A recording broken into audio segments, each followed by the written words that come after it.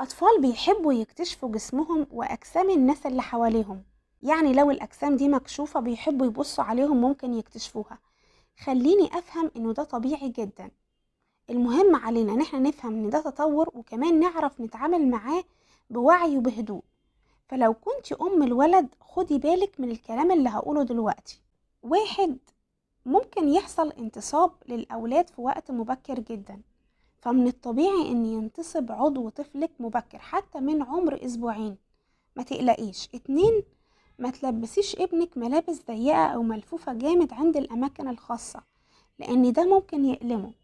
تلاتة، ممكن تلاحظي انكماش في حجم العضو الذكري لابنك، برضو ما تقلقيش علشان هيرجع لحجمه الطبيعي بعد شوية.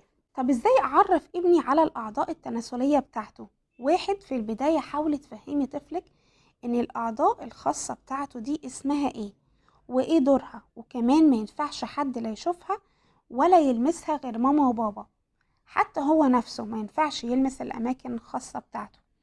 اتنين، اذا شفتي ابنك بيلمس الاماكن الخاصة بتاعته او عضو الذكري بتاعه ما تزعقيش ليه علشان ما يضطربش ويخاف، لانه هو بيحاول انه يكتشف نفسه. حاولي بس انك تشتتي انتباهه، ولو كرر السلوك ده حاولي انك تشغلي ايده في الوقت اللي هو بيحاول يعمل كده.